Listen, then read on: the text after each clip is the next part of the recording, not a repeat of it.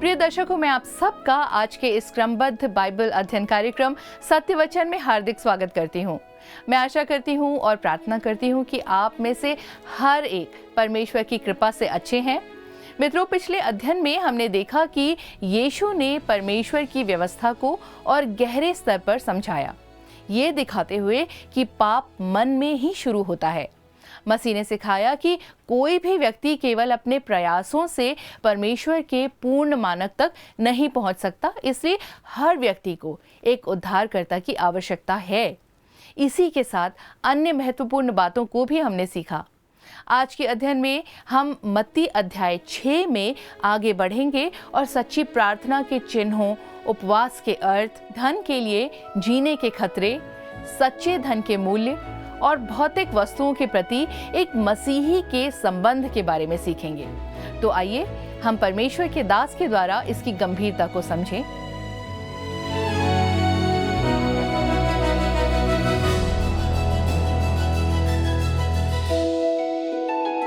प्रिय मित्रों, आप सभी को प्रेम भरा नमस्कार। आशा है आप मेरे साथ वचन का अध्ययन करने के लिए तैयार हैं। दोस्तों, हम मत्ती रचित सुसमाचार से प्रभु यीशु मसीह द्वारा बताए गए पहाड़ी उपदेश पर मनन कर रहे हैं, जो भविष्य में स्थापित होने वाले स्वर्ग के राज्य की कानून व्यवस्था होगी। आज हमारे लिए उसके अनुसार धार्मिक जीवन यापन करना असंभव है। दोस्तों, मैं आपसे यह भी निवेदन करना चाहता हूं कि अगर आप इस अध्ययन से आशीष प्राप्त कर रहे हैं तो सप्ताह में कम से कम एक बार आप फ़ोन उठाएं और हमें अवश्य फ़ोन करें और बताएं कि आपने आज के दिन या उस दिन या सप्ताह में कौन सी बात सीखा है। तो चलिए दोस्तों, इस निवेदन के साथ हम आगे बढ़ते हैं और अपने अध्ययन में आगे बढ़ते हुए देखते हैं अगला विषय, जो कि मत्ती 6 अध्याय के पद 5 में हमें देखने को मिलता है, जो है सच्ची प्रार्थना के लक्षण या सच्ची प्रार्थना के चिन्ह। आइए हम पढ़ते हैं। मत्ती 6 का 5 लिखा है, जब तू प्रार्थना करे तो कपटियों के समान ना हो, क्योंकि लोगों को दिखाने के लिए आराधनालयों में और सड़कों में मोड़ों पर खड़े होकर प्रार्थना करना उनको अच्छा लगता है। मैं तुमसे सच कहता हूँ कि वे अपना प्रतिफल पा चुके। दोस्तों, लिखा है तू कपटियों के सदृश ना होना। यहाँ पर हमारे प्रभु ने बहुत ही कठोर भाषा का उपयोग किया है। लिखता है वे अपना प्रतिफल पा चुके। वे इसलिए प्रार्थना करते हैं दोस्तों, ताकि मनुष्य उन्हें देखे। हो सकता है कि एक व्यक्ति प्रार्थना की चादर ओढ़े, क्योंकि उन दिनों में वे जब प्रार्थना करने जाते थे तो एक विशेष चादर को ओढ़े हुए वो चलते थे, और जब वो व्यक्ति चादर ओढ़े हुए जाता था तो इस बात को वो लोगों को दिखाता था कि वह प्रार्थना करने जा रहा है या प्रार्थना कर रहा है। प्रभु यीशु मसीह कहते हैं कि जब कोई व्यक्ति इस प्रकार से प्रार्थना करता है तो उसको उसका प्रतिफल मिल चुका। जो वह चाहता है कि वह उसे देखें और पाएं, वो पाता है, और वह यह कि लोग उसे देखें दोस्तों। परंतु उसकी प्रार्थना घर के छत के ऊपर भी कभी नहीं जा पाएगी। आगे पद 6 में कहता है प्रभु, परंतु जब तू प्रार्थना करे तो अपनी कोठरी में जा और द्वार बंद करके अपने पिता से जो गुप्त में है प्रार्थना कर, तब तेरा पिता जो गुप्त में देखता है तुझे प्रतिफल देगा। दोस्तों, यहाँ जिस विषय पर हम मनन कर रहे हैं वह एक क्रांतिकारी विषय है। क्या आपने ध्यान दिया कि प्रभु यीशु पिता शब्द का उपयोग करता है? ये स्वर्ग के राज्य के नागरिक हैं जिनके बारे में वो कह रहा है। आज आप कैसे परमेश्वर की संतान बनते हैं या बन सकते हैं, ये प्रश्न आप सभी के सामने हमारे सामने है। जैसा यूहन्ना पहला अध्याय पद 12 में इसका उत्तर मिलता है। लिखा है, परंतु जितनों ने उसे ग्रहण किया उसने उन्हें परमेश्वर की संतान होने का अधिकार दिया, अर्थात उन्हें जो उसके नाम पर अर्थात प्रभु यीशु के नाम पर विश्वास रखते हैं। हमारे प्रभु ने यूहन्ना 3 उसके पद 3 में निकोदेमुस से कहा था। यीशु ने उसको उत्तर दिया और कहा, मैं तुझसे सच सच कहता हूँ, यदि कोई नए सिरे से ना जन्मे तो परमेश्वर का राज्य देख नहीं सकता। तब तक आप परमेश्वर को अपना पिता नहीं कह सकते दोस्तों, जब तक आप उसे अपना पिता ना बना ले या आप उसकी संतान ना बन जाए। तथा इसी प्रकार से आप पुराने नियम में मनुष्यों को संदर्भ में परमेश्वर के लिए पिता शब्द का उपयोग करते हुए नहीं पाते हैं। पुराने नियम में वे परमेश्वर को पिता नहीं कहते थे। इस्राएल का राष्ट्र जो था वह संपूर्ण रूप से परमेश्वर के द्वारा इस रीति में से माना गया था, जैसा निर्गमन 4:22 में उसे पुत्र कहा गया है। परंतु व्यक्तिगत तौर पर किसी को परमेश्वर पुत्र नहीं कहता है पुराने नियम में। यहाँ पर प्रभु यीशु मसीह परमेश्वर के साथ हमारे एक नए संबंध के बारे में बातें कर रहा है। प्रार्थना के संबंध में दोस्तों कहा गया है कि वह गुप्त और सच्ची होनी चाहिए। एक दिन मसीह के न्याय आसन के सामने अनेक संत प्रार्थना के वास्तविक योद्धा के रूप में प्रकट किए जाएंगे। तब हमें पता चलेगा कि कौन वास्तव में प्रार्थना करने वाला व्यक्ति था। तब पद 7 में हम आते हैं, जहाँ पर कहता है, प्रार्थना करते समय अन्य जातियों के समान बक ना करो, क्योंकि वे समझते हैं कि उनके बहुत बोलने से उनकी सुनी जाएगी।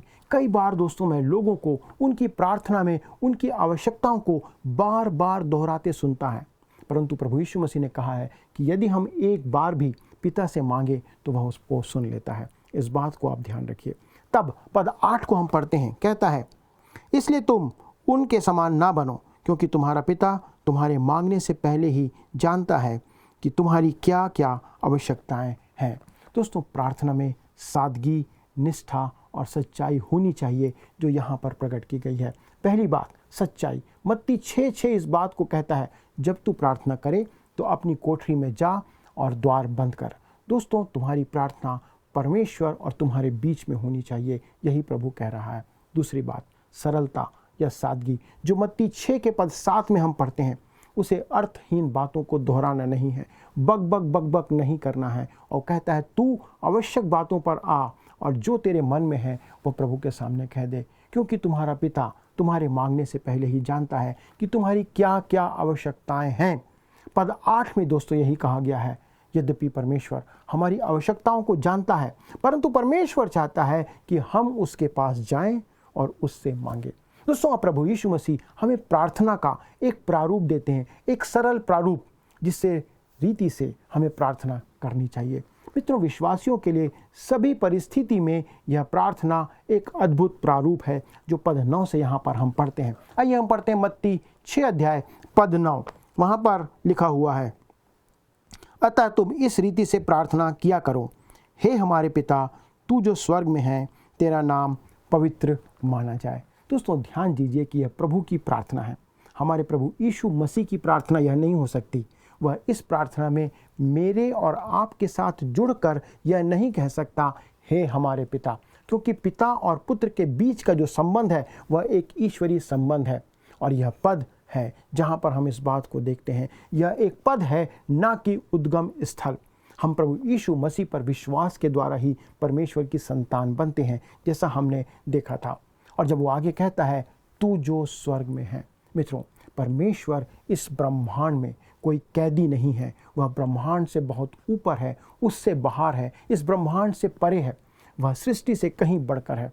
वह ही है जो ब्रह्मांड के सिंहासन पर आज विराजमान है। उसकी संप्रभुता सब पर है और यह पूरी तरह से प्रभु यीशु मसीह के परमेश्वर के नियंत्रण में है। तब आगे लिखा है, तेरा नाम पवित्र माना जाए। मित्रों, अगर हम इसका सही अनुवाद करें तो इसका अनुवाद इस प्रकार से होना चाहिए, तेरा नाम पवित्र किया जाए या तेरा नाम पवित्र बनाया जाए। दोस्तों, आप और मैं कैसे परमेश्वर के नाम को पवित्र बना सकते हैं, ये प्रश्न है। और मेरा मानना है दोस्तों कि हम अपने जीवन के द्वारा ही, अपने जीवन के कार्यों के द्वारा ही परमेश्वर के नाम को अपने जीवन में पवित्र बना सकते हैं।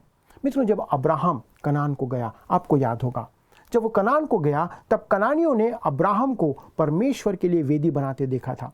जहाँ कहीं भी अब्राहम गया उसने परमेश्वर के लिए एक वेदी बनाई। कनानियों ने व्यापार में उसे ईमानदार पाया, अतः वे इस निर्णय पर, इस नतीजे पर पहुँचे कि अब्राहम जिस परमेश्वर की उपासना करता है वो एक पवित्र है और एक सच्चा परमेश्वर है। तभी आप देखते हैं उत्पत्ति 21:22 में अबीमेलेक इस बात को कहता है और वो कहता है, अब्राहम से वो कहता है, जो कुछ तू करता है उसमें परमेश्वर तेरे संग रहता है। उत्पत्ति 23 के पद 6 में लिखा है, हित्तियों के पुत्रों ने कहा, तू तो हमारे बीच में एक सामर्थी शासक है। वो परमेश्वर के द्वारा से, उसके द्वारा से परमेश्वर को जानते थे। कनान में परमेश्वर का नाम अब्राहम के कारण ही पवित्र माना गया और पवित्र बनाया गया। तब हम आते हैं पद 10 में, जहाँ पर लिखा है, तेरा राज्य आए, तेरी इच्छा जैसे स्वर्ग में पूरी होती है वैसे पृथ्वी पर भी हो। दोस्तों, जब कहता है तेरा राज्य आए, यह वही राज्य है जिसके बारे में मत्ती आरंभ से बात करते आ रहा है, जिसे प्रभु यीशु मसीह पृथ्वी पर स्थापित करने जा रहा है। पद 11 में हम पढ़ते हैं, कहता है हमारी दिन भर की रोटी आज हमें दे। जैसा कि मैंने आपसे कहा था कि प्रभु की यह प्रार्थना हम सब के लिए एक आदर्श प्रार्थना का प्रारूप है। आप इस विनती पर थोड़े समय के लिए ध्यान दीजिए। यहाँ पर प्रभु क्या कहना चाह रहा है। यह एक अद्भुत विनती या निवेदन है और इतना सरल है कि यह हम सब के हृदय की गहराई से बड़े जोश के साथ ये प्रार्थना निकलनी चाहिए। यह परमेश्वर पर हमारी पूर्ण रूप से निर्भरता को प्रकट करता है कि हम केवल और केवल सब बातों में परमेश्वर पर निर्भर हैं। हमारी सभी आवश्यकताएं उसी के द्वारा, हमारी प्रतिदिन की रोटी उसी के द्वारा दी जाती है। जिस प्रकार से इस्राएल के लोग प्रतिदिन, आपको याद होगा, वे सुबेरे उठते थे, मन्ना बटोरते थे, ना कि वे दूसरे दिन के लिए बटोरते थे।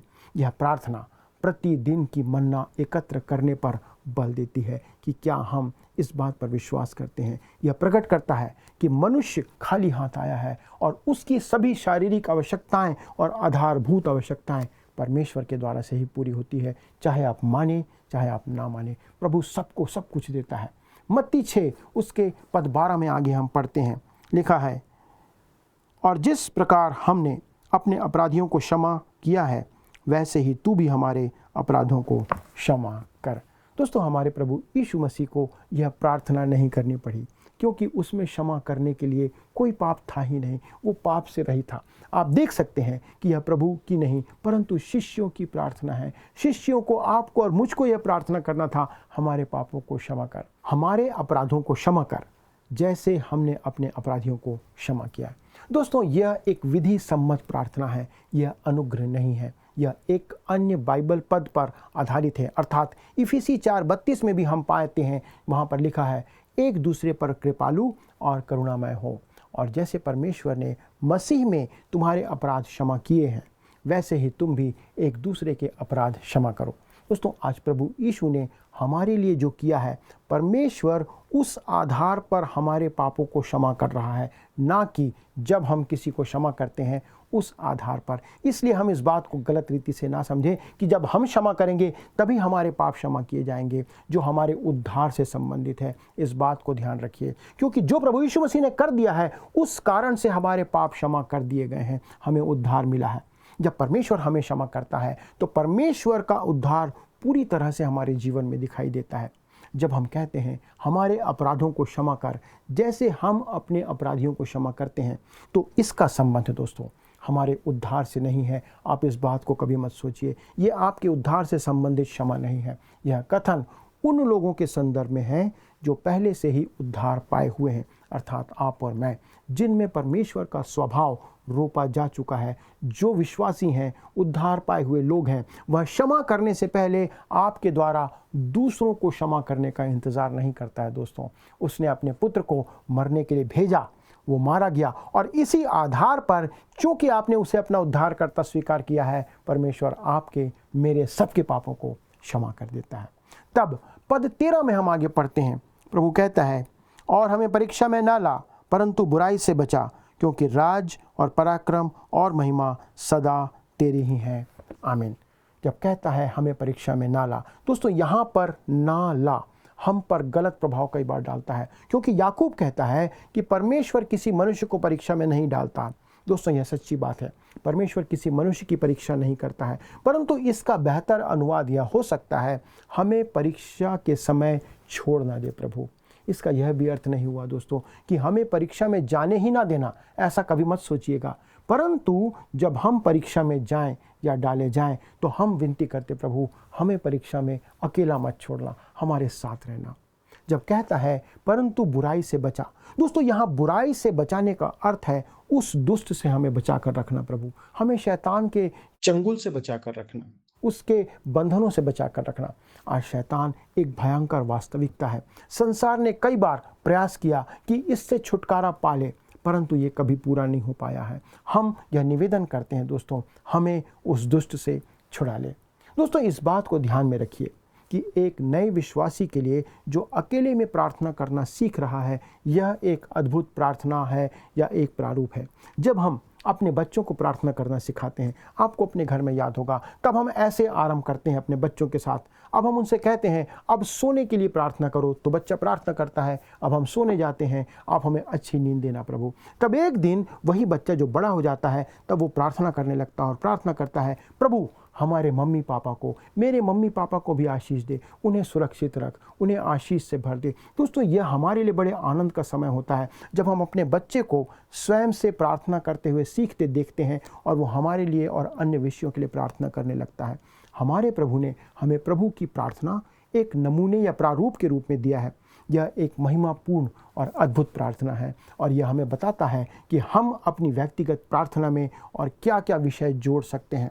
जब हम परमेश्वर से बात करते हैं, प्रार्थना करते हैं, तब वह चाहता है कि हम अपने शब्दों में प्रार्थना करना सीखें। जैसा प्रभु यीशु ने हमें प्रभु की प्रार्थना के पूर्व के पदों में कहा था कि प्रार्थना लोगों को दिखाने के लिए कभी नहीं करना।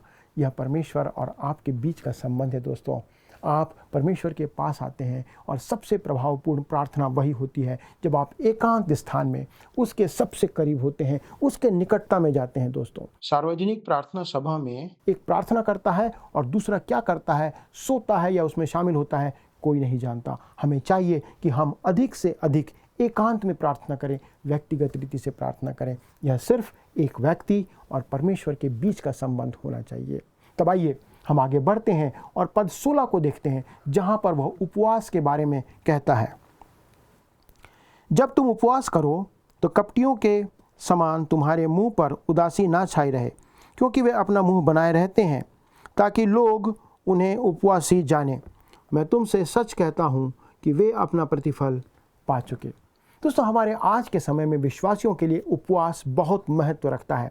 मैं इसे स्वीकार करता हूं, परंतु तब जब यह केवल एकांत में किया जाए, सीक्रेटली किया जाए। यह व्यक्तिगत होना चाहिए, परमेश्वर और आत्मा के बीच में, अर्थात परमेश्वर और मनुष्य के बीच में यह संबंध होना चाहिए। तब पद 17 और 18 में लिखा है, परंतु जब तू उपवास करे तो अपने सिर पर तेल मल और मुंह धो, ताकि लोग नहीं परंतु तेरा पिता जो गुप्त में है तुझे उपवासी जाने। इस दशा में तेरा पिता जो गुप्त में देखता है तुझे प्रतिफल देगा। दोस्तों अब हम आते हैं अगले विषय पर, जो है धन को कमाना और धन कमाने का जो अर्थ है इस विषय पर। हमारा प्रभु धन के विषय पर आता है। यह एक ऐसा विषय है दोस्तों जिस पर बहुत से लोग प्रचार सुनना नहीं चाहते हैं। वे नहीं चाहते कि पास्टर या कोई भी प्रचारक इस विषय पर कुछ कहे। आइए हम पढ़ते हैं पद 19 से 21, जहाँ पर प्रभु कहता है, अपने लिए पृथ्वी पर धन इकट्ठा ना करो, जहाँ कीड़ा और काई बिगाड़ते हैं और जहाँ चोर सेंध लगाते और चुराते हैं, परंतु अपने लिए स्वर्ग में धन इकट्ठा करो, जहाँ ना तो कीड़ा और न काई बिगाड़ते हैं और जहाँ चोर न सेंध लगाते और न चुराते हैं, क्योंकि जहाँ तेरा धन है वहाँ तेरा मन भी लगा रहेगा। दोस्तों बहुत से लोग ऐसा विचार रखते हैं कि धन का उपयोग आत्मिक रूप से नहीं किया जा सकता। दोस्तों सेवा के लिए नहीं किया जा सकता। वे सोचते हैं इस प्रकार से, वे सोचते हैं कि जब आप धन के बारे में बात करते हैं तो आप केवल भौतिक वस्तुओं तक ही सीमित रह जाते हैं। यद्यपि हमारा प्रभु यीशु मसीह कहता है कि अपने लिए स्वर्ग में धन जमा करो। हम ऐसा कैसे कर सकते हैं दोस्तों? यह विचार करने की बात है। अपने धन को सेवा कार्य में लगा दीजिए और इस बात में लगा करके आप स्वर्ग में अपना धन जमा कर सकते हैं। परंतु इस बात को आप सुनिश्चित करें, ध्यान दीजिए दोस्तों, बहुत महत्वपूर्ण बात है। इस बात को आप सुनिश्चित करें कि उसका उपयोग या धन जो आप दे रहे हैं उसका उपयोग प्रभु की सेवा के कार्य के लिए, सुसमाचार प्रचार के लिए ही किया जाए।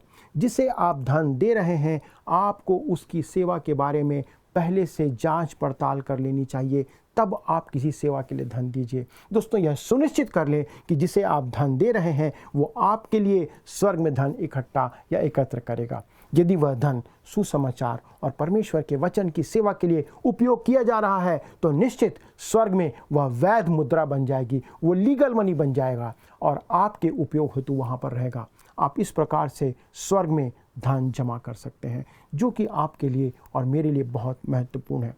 संभवतः दोस्तों आप कह रहे होंगे, परंतु मैं तो इस उद्देश्य से नहीं देता हूं। मित्रों आपको इस कार्य के लिए देना चाहिए, इस तरीके से देना चाहिए, क्योंकि हमारे प्रभु ने यही बात कहा था, अपने लिए स्वर्ग में धन इकट्ठा करो। दोस्तों यह देने के लिए एक प्रशंसनीय उद्देश्य है और प्रभु इसका कारण भी देता है। क्या कहता है?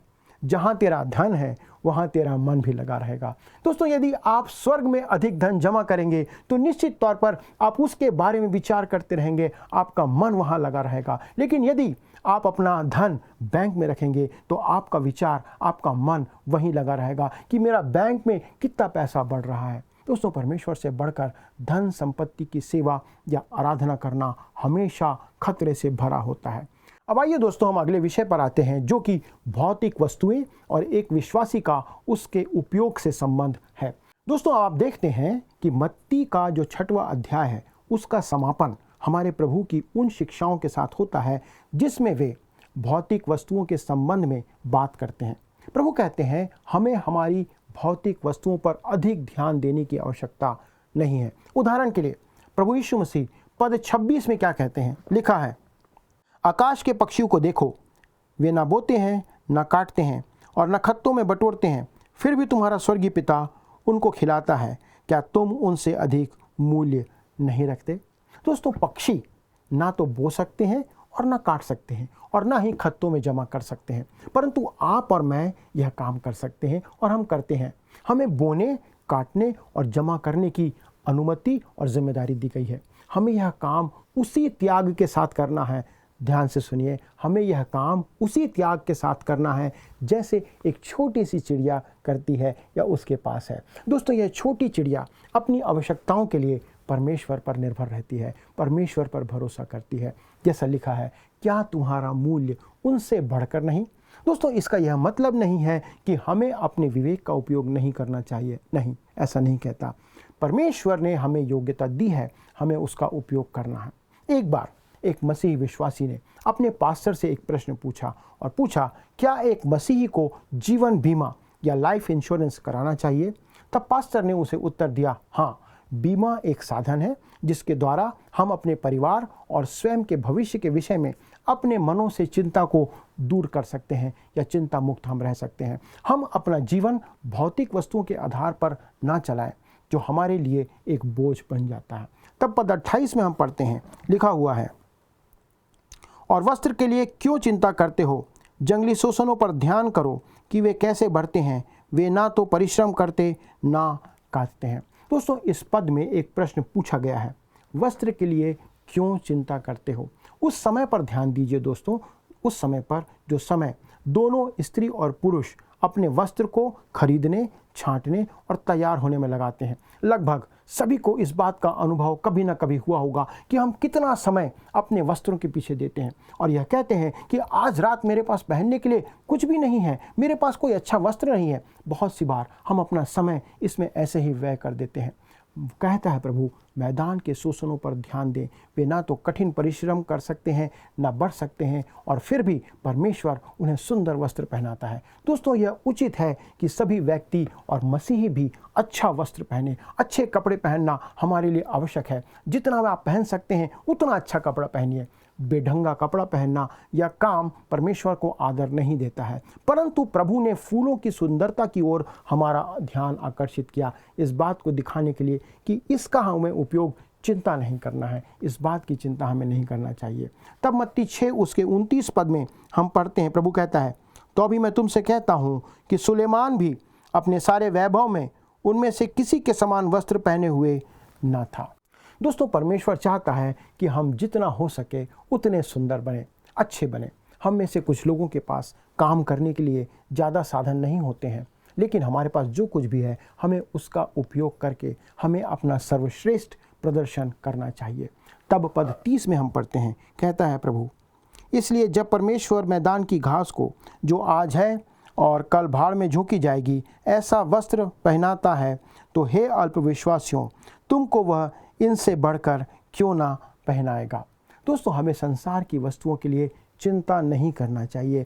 भौतिक वस्तुएं हमारे जीवन का लक्ष्य कभी बनना नहीं चाहिए। यही बात मत्ती 6 अध्याय के पद 33 और 34 में हम अंत में पढ़ते हैं, जहां पर प्रभु कहता है, इसलिए पहले तुम परमेश्वर के राज्य और उसके धर्म की खोज करो, तो ये सब वस्तुएं भी तुम्हें मिल जाएंगी।